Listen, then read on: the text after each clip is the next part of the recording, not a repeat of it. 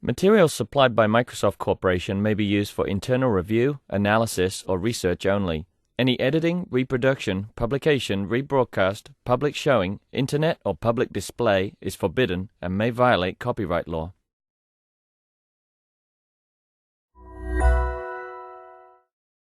I'm Tom Ball, and it is my great pleasure to welcome Brandon Lucia back. He was a researcher at Microsoft Research, and now he's an assistant professor at Carnegie Mellon University. He does amazingly cool stuff with hardware and runtimes, and he's about to launch into outer space via SpaceX, some cool little circuits, and I guess we're going to hear a little bit about what the challenge might be if you want to put something in outer space that doesn't have its own battery pack. Yeah. Cool. Hey, welcome back, man. Yeah. Thanks for the introduction. This talk won't be about space entirely. It's going to be about a general problem that we run into in space, which is intermittently available energy and energy harvesting. So there's a lot of different design challenges that you run into when you're trying to build devices that you want to run off of energy that you're borrowing from your environment. So I'll talk about what the challenges are, then I'm going to talk about some system support that we built for that that kind of dropped last year, and then I'll talk about some stuff that we have going on right now, which is kind of the state of the art in debugging devices that are doing intermittent execution and energy harvesting. I'm from Carnegie Mellon University, the Electrical and Computer Engineering Department, and the stuff I'm talking about is what I've been doing and my students have been doing together. So it's kind of big, happy family group effort from over there. So probably don't need to tell you guys too much. The motivation for this kind of work is that we have little devices everywhere. So your medicine bottle isn't just a medicine bottle anymore. There's like a computer in there that's telling you how many times you've opened the lid and where did that come from and where is it going. So you know if your medicine has been somewhere that you don't want it to be or in the hands of someone that you don't want it in their hands.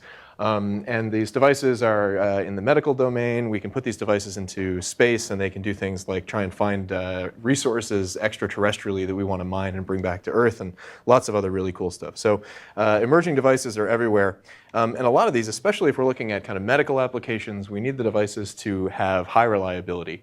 In particular, things that are expensive or dangerous need to be reliable. And so for the most part, when we build devices using little embedded systems like this, we are tied to a power source, like two AA batteries, or maybe you have to plug into a USB, or maybe you have some big chunky power pack or something like that. So this is problematic because these devices, you can't put them everywhere. They're not tiny. It's hard to put them, say, inside of your body for medical applications. And if you're going to launch something into space, you probably want something more sophisticated than 4 AA's that you're going to go and shoot it into space. Or if you want to monitor a volcano, your AA's are just going to catch on fire and go away. So that won't work. So we're looking at the result of kind of years of research on something called energy harvesting. And energy harvesting is a technology that effectively untethers the device. So here's how it works. This is the basics. You have an antenna, which is an energy receiver. You have a capacitor, which is an energy buffer. It's just like a bucket you're pouring electrons into. And then you have kind of the downstream application hardware. So this is a computer, it could be a microcontroller, you can have sensors, you can have a radio so that you can send communications from your device. But the basic model of operation is you have some energy source over here, like this big square antenna that I have on the slide.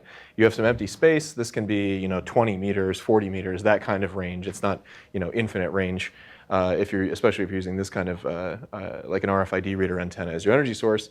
And then you have a target device like this kind of janky breadboard mock-up prototype that we built in my lab that is implementing some application. So the future, what we hope for is that someday you can cram one of these things in your head and it can help you to understand, say you have schizophrenia or say you have autism or something. This can help you understand why you're behaving a certain way on a certain day. These kinds of applications, I mean, these are the exciting applications, doing things in especially medicine that we can't do today because you don't want to be cutting someone's head open to replace batteries or to power it. And that's literally how these things work today is you'll have a power pack and you need to charge it. So this is a big shift. This would be a kind of dramatic shift from the way things are done today. So there's By the way, for illustrative purposes, or is this a... That is for illustrative purposes. This is effectively kind of clip art. This is some existing medical procedure. I think that thing in the center is, I think this is actually a battery. I'm pretty sure that's a coin cell. Oh, okay. So I think this is a probe that someone put in for a short-term experiment. Now this is a probe. That's some computation, probably a radio. And I don't know about this particular image because I just, this is from Google, but okay. yeah. So we don't know the provenance of this image. I was just curious. Yeah, we don't. But in general, experiments like this, I mean, they're short-lived because you have to take them out and replace the battery. That's the big problem here. Yeah. So if we go to this energy harvesting that I was just describing about, where we can take energy from the environment, we can use radio waves, we can use solar energy, and we can power these devices. There's a caveat, and that is that the energy that we get is intermittently available. We don't always have energy available. If you're near a radio tower, then you have lots of energy. You can soak it up and fill your capacitor and run your device. But if you go far away from your radio tower, then suddenly you don't have anything available. Your device turns off. Even if you're near a radio tower, you charge up a capacitor, and then you start running your device. That drains the capacitor, and when the capacitor is going to drain much more quickly than it can charge up. So when you run your device, unless you're very careful in software, and that's actually an open problem, how to be careful in software, you drain the capacitor. And so you essentially, the device just kills itself at the cadence of the charge and discharge of the capacitor. I'm going to tell you more about that, but that should give you an idea that these devices are inherently unreliable. This is an important point. They're inherently unreliable because you don't have a continuous execution model, because the energy is intermittent. So that latter problem, can I solve it by having a switch between two capacitors and charging up one while I'm using the other? I mean, that doesn't seem, if I do have the energy. You could do that, but it's not going to entirely solve the problem, because then you have two things that are going to be charging unreliably, and you have to power the logic that switches between them. So, okay, what if we had three? Let's add three capacitors. Now, we can switch between the three. We may not have charge in any of them that's adequate to run our device, and now we have to have more sophisticated reasoning about which one we're going to use. So we can try and fine-tune the power system. I think we should attack the problem in software. And so that's what I'm going to talk about today, is actually how we can take this on in software. And there's a little bit of hardware stuff I'll talk about later, but primarily I'm going to talk about how we can solve the problems of the intermittent execution model, which I was just describing, and how we can think differently about building systems, and in particular building software for these kinds of systems. I'm going to talk about some system support that we've built for making intermittent executions reliable. And then I'm later going to talk about some very recent work that we've been doing on a hardware-software platform for debugging intermittent devices. So this is filling the gap, the absence of a tool chain for understanding intermittently executing devices. Okay, so to give you a clear idea of exactly what it looks like when we're running on intermittent energy, we have a plot here. The y-axis is the available energy, and we have time going across the bottom. And here we have a lightning bolt indicating we have some radio frequency energy being transmitted over to our device. And so we charge, and then we hit the lifeline. This is an important point in the timeline of this device. When you hit that point, it turns on, you start operating, the device can use its sensors, communicate, whatever. And when we're operating, you see we precipitously drop off in the amount of energy that we have. The capacitor is being drained very quickly because maybe we're being naive about how we're using the energy in the software. Then we hit the death line. We run out of energy. By the way, the lifeline, it's around 2.4 volts for a lot of microcontrollers. 3 volts is the kind of standard operating level for microcontroller. 2.4 volts, just to give you a concrete idea of what the parameters are here, is kind of what that lifeline is. And 1.8 volts is the death line. And so if we're looking at kind of 100 microwatt operation, that should give you a ballpark of the kinds of devices we can support. With this model, with radio frequency charging in particular. So we hit this death line, cross over, and then we're not charging, we're dead, we're far away from the radio antenna, and we can't get any energy. A little while later, maybe we get some more energy, we're charging, and then we hit the lifeline again, and okay, cool, we can start operating again. This is a complicated plot because there's a bunch of continuously varying parameters. We have energy level, and we have to find a way of measuring that accurately, and time is moving forward. So part of the work that we've done in defining intermittent execution is abstracting some of the details away. The way we abstract it is by noting that here the computer shuts down, and here the computer reboots. So really, instead of charging and discharging, all we need to see from the software's perspective is that we have a sequence of periods of reboot and computation. The red parts are when the device is turned off. The green part is when the device is operating. And this is what we call the intermittent execution model, and this is stuff that we published at PLDI in 2015. The intermittent execution model says you compute for a while, then you drop out, and then some arbitrary period of time later, you don't know how long it's been, you don't know what environmental changes have happened. That's the intermittent part. You turn back on, and you start computing again. And our goal is to make computations that go longer than one green box. That's the hard part. So just to look at what it looks like to run a computation, if we have some code that looks like this, you want to append some things to a list.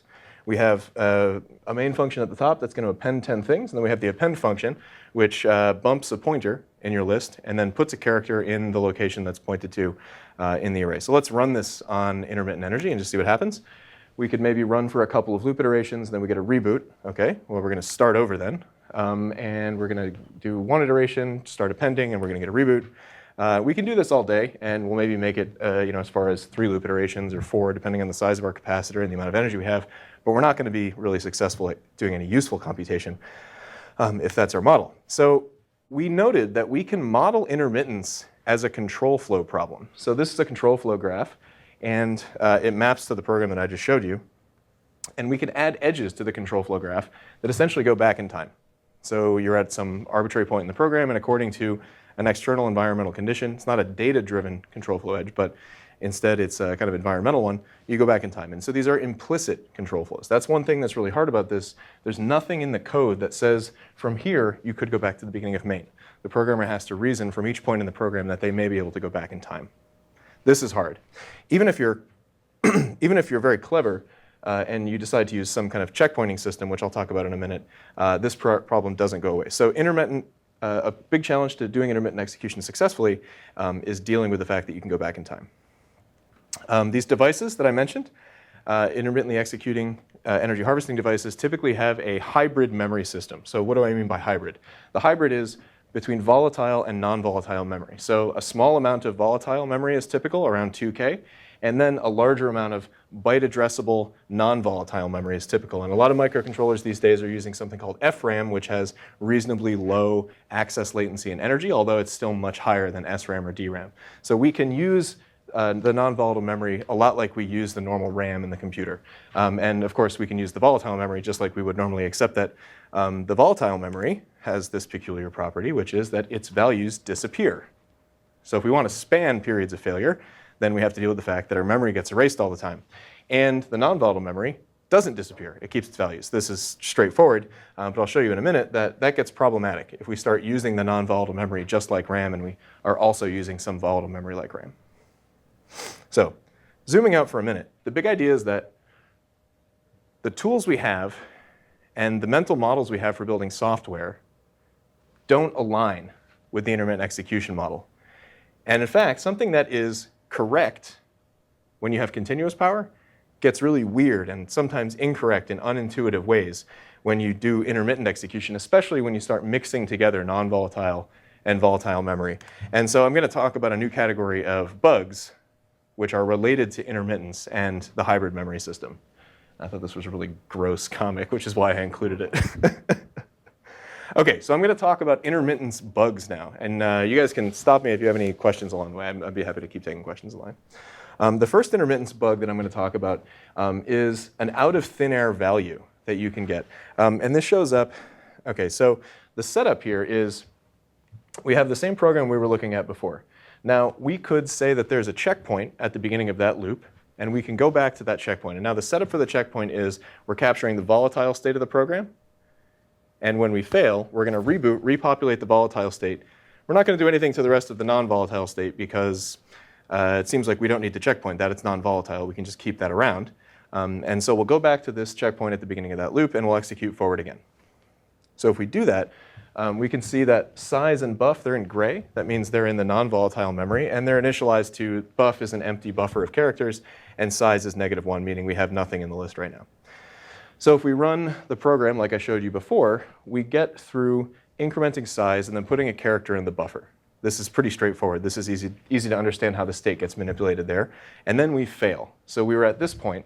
Let's say we hadn't made it around this loop. Like I said, there was a checkpoint there. So each time we go around the loop, we're going to checkpoint and say, OK, we captured that we did 1, 2, 3 loop iterations. But we died right at the end. So now we're going to restart. We're on loop iteration 1 again. But that non-volatile state doesn't get erased when we turn the power off.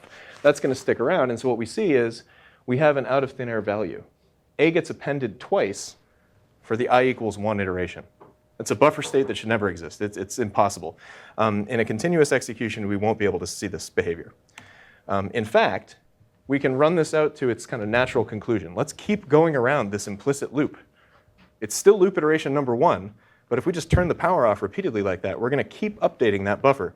And eventually, we get the size to 11. That's a value we could never see before. We have this array. It has 11 A's in it. That's a value we could never see before. So we can produce values in the execution of a program that if you run on continuous power, you would never encounter. And the important thing about this is the failure is dependent on the availability of energy and the rate of charge and discharge of the capacitor. That should be concerning, because that means if I'm using radio frequency energy to charge my device and the transmitter is here and the device is here, I can do this and change what the software does. That's a system behavior you probably don't want. There's another kind of bug that we encounter. This is an atomicity violation in the conventional sense of an atomicity violation. Some things that should happen all at the same time don't necessarily happen all at the same time, and you get values that end up being weird. In this example program, we want the increment of size and the population of the buffer to be atomic with one another. And we can clearly see that if we kind of execute up to the point where we're incrementing size, and then we have a failure, and then we restart, well, we've incremented size twice, and we only put one character into the buffer. So now we have this weird atomicity violation manifesting as corruption of the state. You have the size equals 1, and you have the first entry of the buffer is unpopulated. So atomicity violations are another problem we run into. We can get memory corruption in the non-volatile memory. And remember, we're using checkpointing here. We're preserving all the volatile state in a checkpoint, and we're going back and repopulating it. OK, another problem that we can run into is if we have some high energy cost piece of code, we could get into a situation where we start at a checkpoint and try to run forward, and regardless of how hard we try, we just can't make it through the region of code between the two checkpoints. And this is something that could vary in environmental conditions, rate of charge of the capacitor, and the programmer has no visibility into whether their program is likely to, or with what likelihood will succeed. And so this is problematic.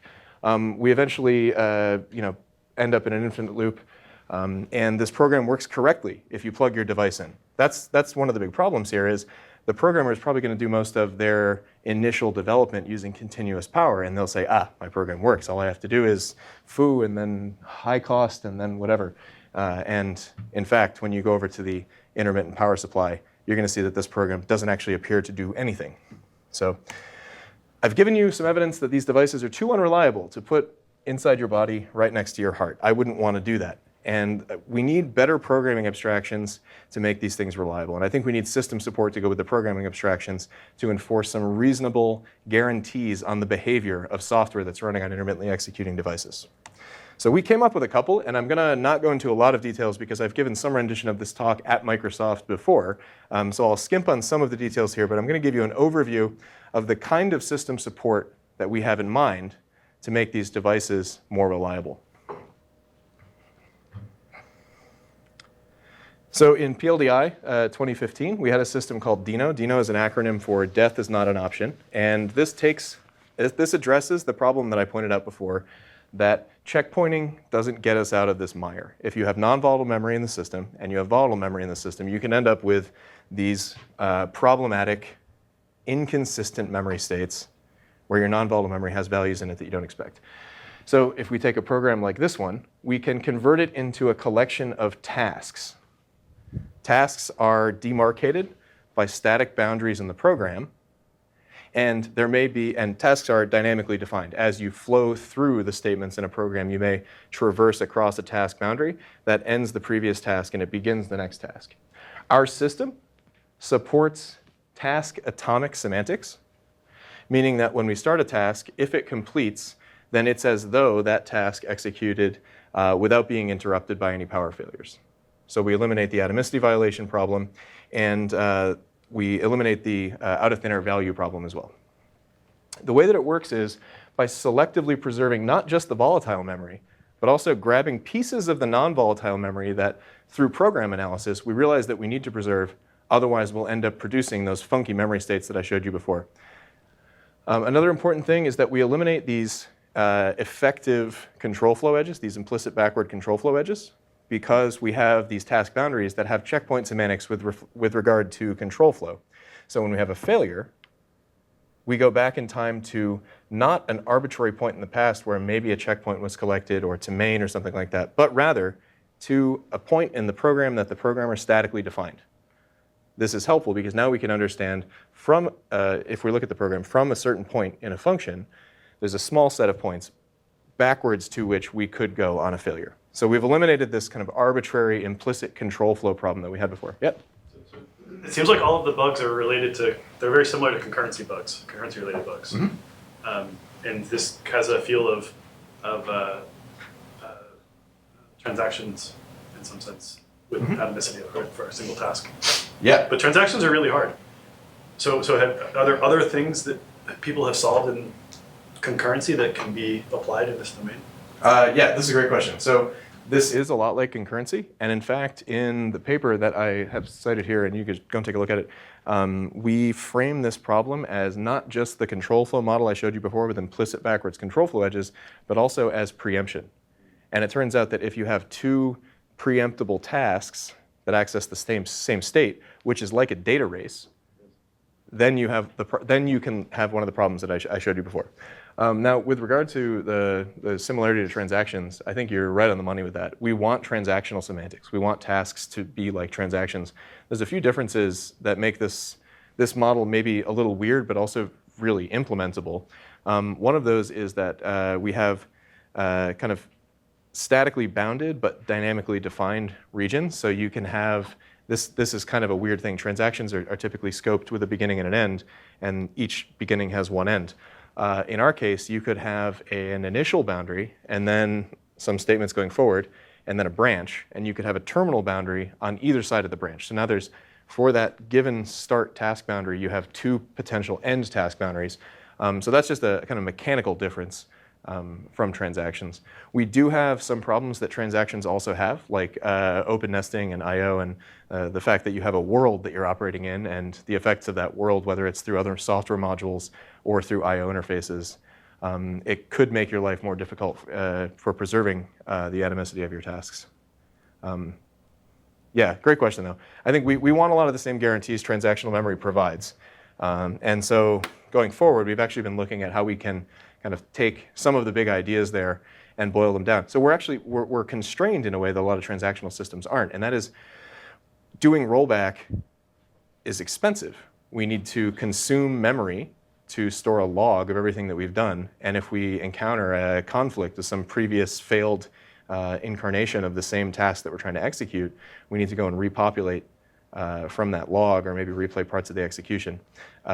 We have a flavor of that here. Going forward, though, we need to move away from that model. So that part of transactions, I think, is similar now, but should not be similar in the future. It's too expensive in this domain. You can't spend the energy to go and repopulate the entire state of memory based on, after a failure, based on some log or something.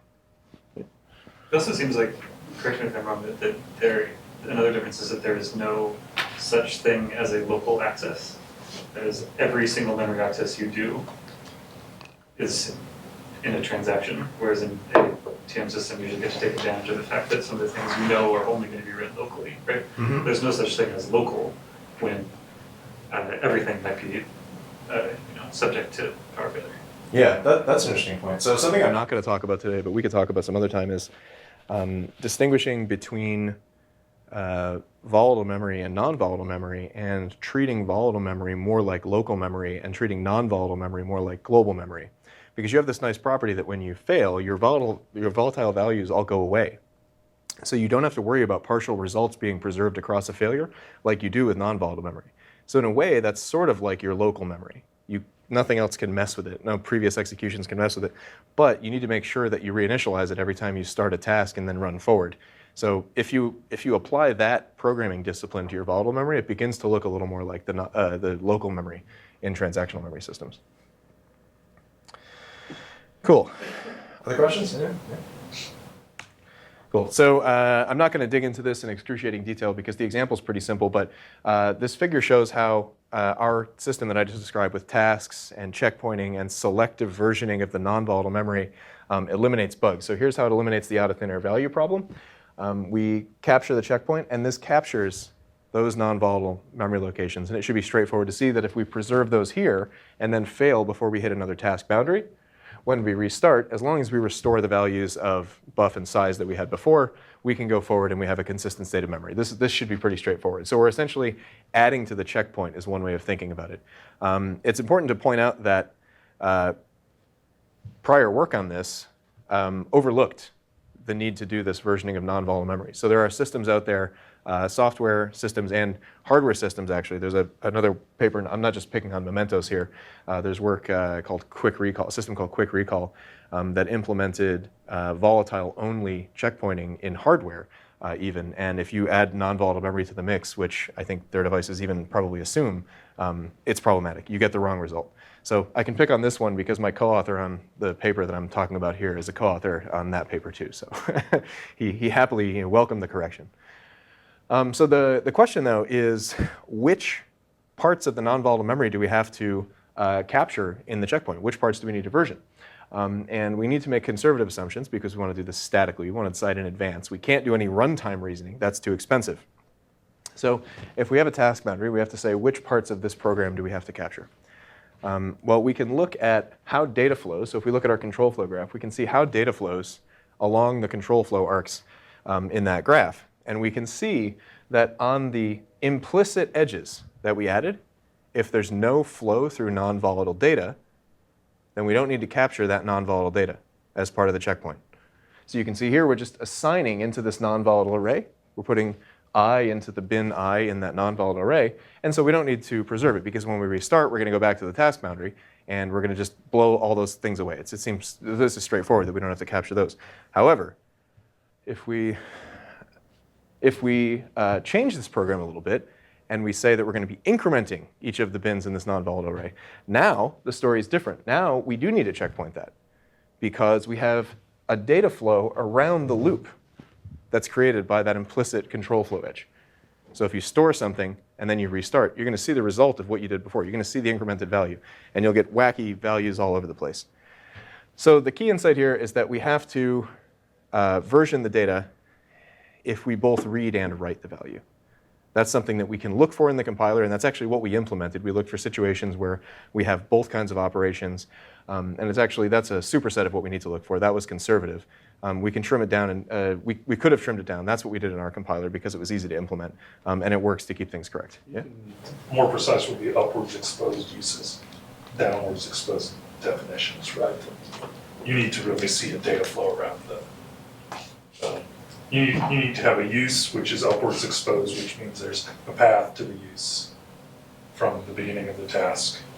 Right? But some of those are okay because if you have an upward use, you have to have a definition that right, and a definition later. Definition. Yeah, but I think that produces a data flow around the implicit Right. control flow arc. Right. Yeah. Right. So it's so you can make it more precise than read write. Yeah, so we're being conservative. Yeah. We're saying if we see both of these Yeah. on the path to a task boundary, then we would preserve that in the non-volatile memory. So, you have a question? I was also going to take a shot at summarizing the exact requirement. I was wondering if it is exactly idempotence. We want idempotence. Yeah, so it's like, I'm just saying, anything that is idempotent is free. Anything that is not idempotent. Oh, yeah, costs that's true. check That's boundary. true. Is that If you exactly put a right? task boundary at a point that defines all forward tasks to be idempotent tasks, in other words, it encloses, it never cuts one of those edges, Right. then every checkpoint is free. Then every one of these boundaries you put in is free. And then every amount of checkpointing you do drags you toward idempotence, and once that's in, and once you're done the checkpointing, then you have idempotence. Maybe. There's another factor, and that is sometimes you don't want to put a checkpoint, or sometimes you want to put more checkpoints, both of which could mess with idempotence. The reason you might want to do that is if you have I/O and you want to, for example, put task boundaries tightly around I/O, or if you need several I/O operations to be part of the same task because you're correlating values from two sensors, and if you collect one sensor value now and one 10 minutes from now, then it doesn't make any sense. So subject to those other constraints, which, by the way, are not edge cases, they're very real in this environment. Like, this environment is all about I/O. You're doing sensing and you're processing and you're transmitting. You may be able to get those idempotent things, but not always. Yeah, but it's a good observation, yeah.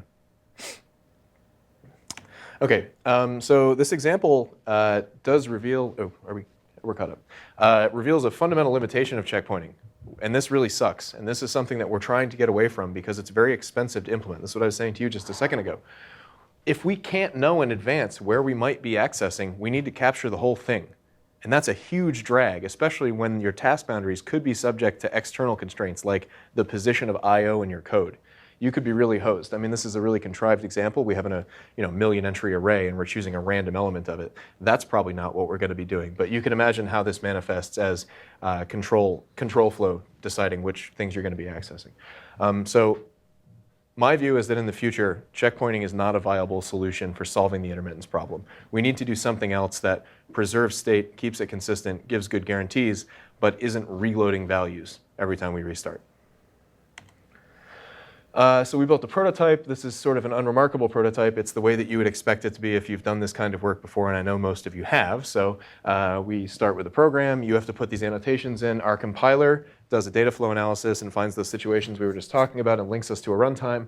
And then when we get over there, we have a runtime library that the compiler links it to, and it does checkpointing, and it does the data versioning stuff dynamically as we need to. As you cross task boundaries, that's the implementation. We evaluated on a bunch of different benchmarks that we got from kind of various places. We have a MIDI musical instrument interface. We have sensor logs, some various stuff. We implemented for a custom breadboard prototype and for the WISP-5 platform, which are two different radio frequency energy harvesting devices. And if we don't use any support for these things, we have errors and the systems don't work. All of these applications produce the wrong result, or they have a hard stop failure that we can't recover from because, for example, the histogram that we were storing sensor log readings into is corrupted. One of the bins got unlinked. And so now what are we going to do? We have no way of recovering the value. So if we look at one benchmark, like an activity recognition benchmark that takes accelerometer readings and decides using a nearest neighbor classifier whether you're having a tremor, which is kind of a medical condition that we could identify pretty easily. This is a wearable medical device kind of application. Then we can see how much error do we really get if we're running at, say, 10 centimeters or 20 centimeters, pretty close to the power source. This is a radio frequency power source. And these distances are fairly short because we wanted high fidelity in the experiments without having to do 26 gazillion measurements. As you go further away, the variance becomes higher in the measurements, so we would have had to do more. So we went out to 60 centimeters, which is not kind of notably far. But we saw that even out there, we had edging toward 10% error in our measurements, and that's pretty close. So if we want to use this device in a real environment where, say, we have instrumented rooms in a hospital with RFID readers, and we're going to be going in and out of range, say 10 to 20 meters of these things, we're really going to have to improve the fidelity of this because the error seems to scale, maybe with a diminishing trend toward higher error at higher distance. So suppose that I have that exact scenario where I'm in a hospital, and one question is, are the errors uncorrelated? Because you could imagine having two devices, for instance. If the errors are uncorrelated, if it's really particularly like a kind of a blip in the air, right? Then the probability that actually both devices, for instance, have an error when I enter a room goes down exponentially. Right? That's a good idea. I think we should probably do that. Using the issue is going to be. But it depends on the correlation of the error. It depends on I'm kind of asking about the error. So I don't know if the errors are correlated. I suspect. Part of me wants to say yes, because you'll have more errors if you have more failures. And so if you're further away from a power supply, you're going to be dropping out more frequently. So that means that both systems are more likely to be failing, and so they're more likely to have errors. But then on the other hand, it's a function of the software. And so we don't know. They might not be in the same place. They might be just out of phase enough. Maybe this one, it could also be a function of the hardware. Maybe you use different memory technology in one device than the other to try and be more robust. An issue that I see in implementing this kind of system is that you have a distributed system now, and if they're computing the same value, they need to agree on which value they computed. Or you need to build your application in a restricted way so that they can produce an arbitrary stream of values, and you know that whatever the streams are that the two devices compute, you can put them together and make something sensible that your application cares about.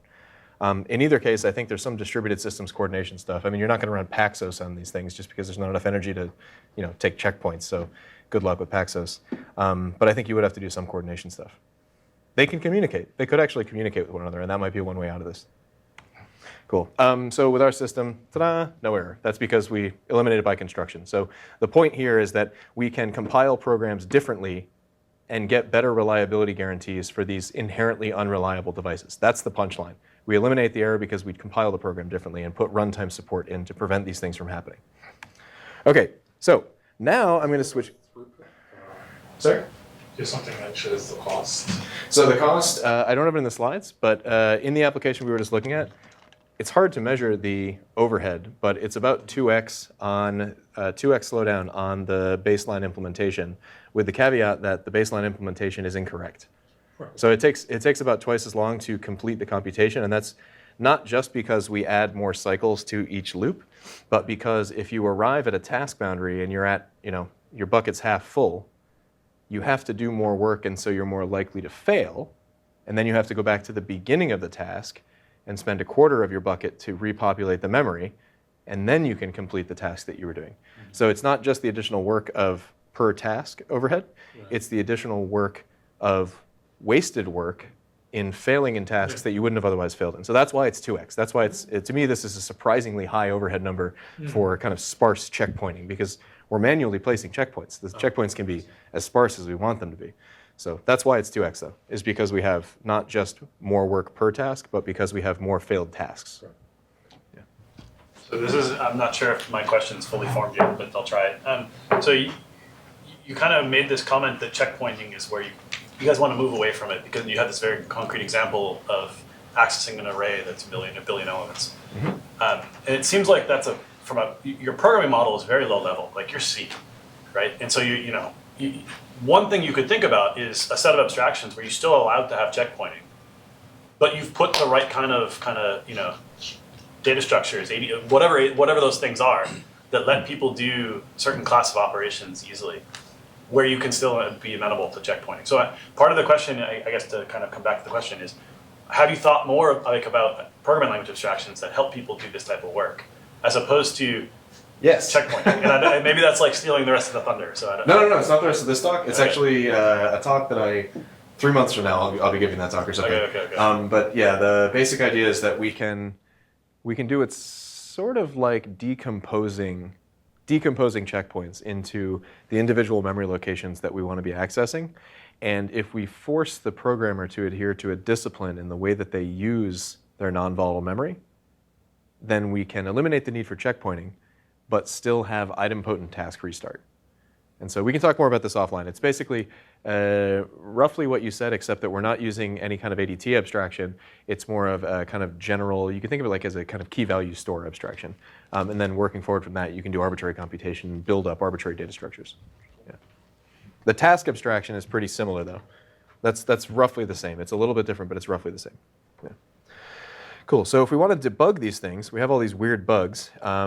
We need to change the game a little bit, and I'll show you why we need to change the game a little bit. Debugging is a particularly hard problem because the intermittent behavior that we're seeing not only causes conventional software errors like we're already fairly familiar with, but it also can lead to kind of the hardware misbehaving in ways that are apparently invisible. And so both of these are problematic. I'm focusing on software here, but I wanted to mention that there's the possibility for the hardware to go wonky too. So debugging is something we need to be paying a lot of attention to going forward. Okay, so I showed you before how we can get intermittence bugs, and these can lead to application errors. Like if we have 11, then this is obviously a problem. We don't want 11 entries in our 10-entry buffer. And we note that this failure only manifests when we're running on intermittently available energy, when we're running on intermittent power. So if we have the radio frequency harvester pointed at that device, we're going to get this bug manifesting when we have a reboot here, halfway through our loop, and then we start again and we execute and we increment. Okay, now we're at 11, now we have this problem. So we don't want this to happen because this doesn't correspond to any continuously powered execution. Our group is approaching this set of problems with that as a correctness definition. So when I say we're debugging, we're trying to move toward a more correct program. We want to permit behaviors that are permitted in continuously powered executions. This is a reasonable definition of correctness that we're pushing towards. So what do we need to do to understand why this bug happens and how we can fix it? What we need is to look at how the energy is changing, like on this curve that I showed you before, and what's going on in the program at each of those points when the energy is changing. So here we have size incremented and buff incremented, and then we had a failure. on that curve. And we saw, when I showed you the example and explained it, we saw why that was happening. But if you're just writing an application and 1 out of every 10,000 executions fails, good luck figuring out that this is what's happening. You have events A, B, and C on the downward slope of your discharge curve. Then you restart and you have A and B again, and that leaves you with a corrupt state. This is difficult to reason about because we don't have any visibility into the device. We want to be able to answer the question, what was happening when that weird thing happened and we saw our application produce the wrong value? What was going on inside the device? So the problem with trying to diagnose this type of failure is that typically we're in this kind of cartoon setup. You attach a big chunky plastic box to a power supply, like a USB port, and you attach the other end to your target device. You have visibility into your device. This is great. You can do JTAG debugging. You can get all the logic bugs out of your program, but you're providing power. So your discharge curve looks like this. You're at full voltage the whole time. This grayed out part never happens. You never see the bathtub of kind of discharging and then recharging again. So we'll never get 10. You can run it as many times as you want to. You're only ever going to see 10. So that's a real drag. We can see the failure behavior, run on intermittent energy, but not be able to look inside the device and use JTAG or use any kind of debugging console. Or we can power the device and we can look at all the registers and everything as the thing's executing. That doesn't help us very much because we'll never see the failure. This is the problem that we have. This problem is called the energy interference problem. And no devices that are on the market today or from research solves this, addresses this. Couldn't you just, again, taking the idea that this is an instance of a concurrency-related bug, use concurrency-related tools in an emulator? So for instance, I could imagine, is there... You just said use an emulator. So the emulator is the problem there. You'd have to be able to model the behavior that is causing your bug in the emulator. We don't necessarily, I mean... You could just effectively, okay, fine. But it's a non-trivial mapping, I credit. But you could imagine, maybe you could say something like, your memory, you have maybe I could take this offline because I'm not sure how to answer my question. But the point is that it seems like you could come up with an interleaving, for instance, of an execution, of a concurrent execution that gives you a value of 11 for your SC. But if you actually change things to be global memory. Yeah, that's interesting. We actually had a short-lived project that we haven't followed up on, which is essentially simulating arbitrarily timed power failures and hoping that a single power failure leads to the corruption that we're looking for. We found that while sometimes it is, in other cases we needed multiple power failures to get something really bad to happen. Otherwise we wouldn't end up getting the wrong value. But the power failure is just a backage, right, in your control flow. It's a package. It's one of these implicitly defined packages. Yeah. So we could go in and instrument the program and to add that package. Yeah, I mean, let's get together and build that thing. Man, I'd love to. Yeah, we need the hands. That's what we need. So, yeah, that's a good idea. And the connection to concurrency is deep. Like I said, in the PLDI paper, we kind of identified this, and you can use the same kind of theoretical framework for reasoning about this. Data races in particular are a nice way of thinking about it. Yeah. So then here, we can also use logging. Logging is great. If we have an intermittently executing system like this, then we want to understand what the behavior was. We could, maybe log the energy periodically, or we could like blink an LED or something. I mean, the peripherals that we have are pretty limited. Printf we could implement over like a UART, and that's great. But all of these things cost energy, and so we're effectively changing the discharge curve by putting this stuff in. It's an observer effect. And in some cases, it's pretty rough. If you want to blink an LED when you have some condition, like maybe you blink your LED when you're adding an element to the list, and you want to see, and then maybe you're blinking another LED when you get down to 1.8 volts, so you know when you're about to die. If you can see really fast when those LEDs are blinking at the same time, that might be when your failure condition happens. So think about that as your kind of optimistic, hopefully this works kind of debugging model. This is actually what people do. People do things like this when they're doing embedded development. And it gives you a situation like this, though, where you're killing the device by doing a log and trying to blink the LED. So even if that would work, you're changing the system's behavior, and you get this energy interference gap where the behavior that you're looking at is different by some constant amount of energy from the behavior that you are trying to investigate. So you may mask that. There's also the problem that you need to know more or less what you're looking for in order to log it and try and find it. It's the same as doing any kind of tracing printf-based debugging. So this is pretty bleak. This isn't the way forward. This is a stopgap at best if you can make it work, if you can find some signals to get off your board. You can use an oscilloscope. That's a nice idea. I just sent a proposal for one of these, and it came out to about $29,000, including all of the probes. If you want digital probes to grab a few signals coming out, you want to look at energy. By the way, the correlation between what your program is doing and what the energy is doing is totally invisible to the oscilloscope because you can't probe the internal logic of your microcontroller. So if you want to get a good measurement of what the energy is, you can do that with the oscilloscope. This isn't the way forward either. Maybe combining the oscilloscope and logging and doing logging while you have an oscilloscope trace, that's how we developed what I'm about to tell you about. And I can tell you from that experience that that's extremely difficult and time consuming, and it wastes a lot of time with false starts because the instruments begin to lie to you after a while. So it's hard to debug these things. Oscilloscopes, logging, direct measurement, none of these work. So we developed a new thing, which is called EDB. This is the Energy Interference Free Debugger. And this does the things that I described us wanting before. We can correlate program events and failures and certain value conditions being satisfied and certain energy conditions being satisfied with the energy behavior of the system. The device that we designed, I have one right here. It's real hardware. We built this in my lab. We laid out the board. An undergrad actually did a really awesome job laying out the board. I was impressed. It can not just monitor the program state and the energy state. It can also manipulate the program state and the energy state. And we support all the kind of conventional, familiar debugging operations like assertions and breakpoints on values or energy. We have an interactive shell. We have like a Python library with an interactive shell. So it's really easy to use. We've kind of tried to make it as simple as possible so that you can really debug these energy harvesting devices in the same way that you debug normal embedded systems.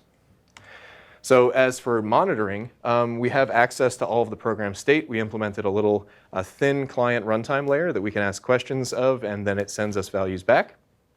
And we can read the target energy level, which is nice because then we can correlate those points in the program that I just described, identifying using that client runtime layer with direct measurements of the capacitor on the device. We can read I/O messages. We can actually decode things as they go by through the I/O layer by capturing on this board and then proxying the communications out. So we intercept and then forward is one way of doing it, or we can passively just monitor the communications as they go by. So we can grab I/O, we can grab program state, we can grab energy, and this is all passive. And it's all energy interference free. I'll tell you some numbers at the end, but I think here we were like nanoamps of current. And so if you think about 2-ish volts, this is a negligible amount of power. This is an amount of power that doesn't make any difference over the long term. I don't quite understand from the slide why it's so cheap. What does that in the other board make it cheaper than logging? Why is it so cheap? Why is what so cheap? Why is reading the target energy level and like reading program state, why is that so cheap? Because all we're doing is using the ADC on this board. And we don't need to use the ADC on the target board if we connect wires at the right place. And so that's why there's this 6-pin header on the bottom here. If we pop this onto the header that we designed to fit onto, in our case, we targeted the WISP-5 because it's kind of the most mature platform that's out there right now. Then the pins that we connect to their power read, they expose the power over a couple of lines. Then we can read that. Continuously powered.